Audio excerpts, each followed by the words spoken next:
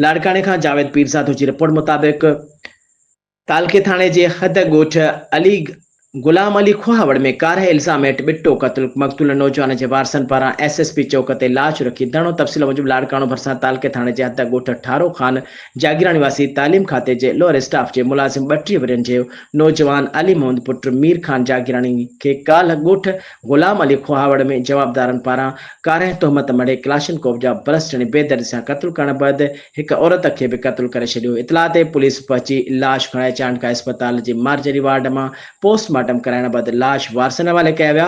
होॾां मक़तूल नौजवान जे वारसनि पारां केस दाख़िल करण लाइ थाणे ते पहुता, जिते पुलिस पारां सरकार जी फ़रियाद ते केस दाख़िल करण जो चयो त मक़तूल जे वारसनि इनकार कंदे अॼु सुबुह 9 बजे खां SSP चौक ते लाश रखी धरणो हणी वेही रहिया, जंहिं सबबि ईंदड़ वेंदड़ ट्रैफ़िक मुअतल थी वई। उन मौक़े ते मक़तूल जे वारसनि अली ख़ान, सजाद अली, इम्तियाज़ अली, साहिब ख़ान, रुख़साना जागीराणी चयो त कुझु ॾींहं अॻु ख़्वावड़ बिरादरी जे माण्हुनि सां ज़मीन जे पाणीअ जी फ़राहमी वारी ॻाल्हि तां मुंहमारी थी हुई, जंहिंखां पोइ गुज़िरियल ॾींहुं ख़्वावड़ बिरादरीअ जे जवाबदार राजा मंठार, परवेज़, शाहिद, रजब ख़्वावड़ मक़तूल खे पंहिंजे ॻोठ घुराए बेदर्दी सां क़त्ल कराए छॾियो।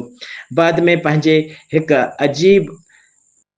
हिक ऐब नॉर्मल मस्तानी औरत रीमा ख़्वावड़ खे क़त्ल करे कारह जे कुते तोहमत मढ़े क़त्ल करे फ़रार थी विया। हुननि चयो त असांजे ॻोठ ई जवाबदारनि जो ॻोठ हिक ॿिए जे आम्हूं साम्हूं आहिनि ऐं ॿनियूं बि गॾियल आहिनि। मसइलो पाणीअ जी ॻाल्हि जो हुयो, जंहिं मसइले ते असांजे बेगुनाह नौजवान खे क़त्ल करे उन जे घर उजाड़े असां सां ज़ुल्म कयो वियो आहे।